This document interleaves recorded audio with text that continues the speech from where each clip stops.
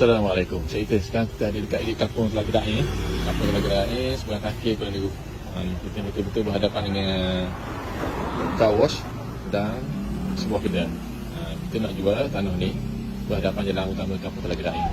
Okey, kita mari dari masjid dekat Camp Askar tu. Dan ni kita nak menghala ke drawbridge. Jadi kita ada 3 lot untuk dijual sebenarnya. Yang ni yang pertama, yang kedua belakang dia dan yang ketiga belakang ni.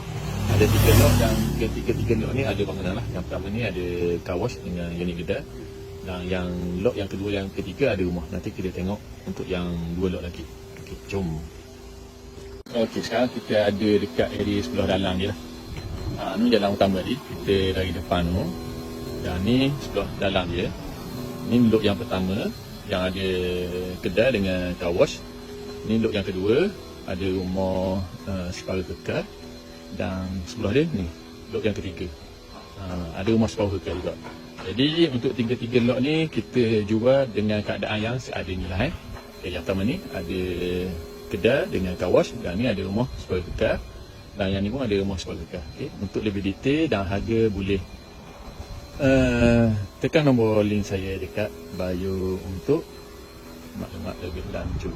Kawasan hot area juga lah. Kampung Telaga Daim, sebuah antara Kuala Lumpur. Okay. Yang minat boleh terus PM saya, tekan nombor saya dekat bio. Assalamualaikum.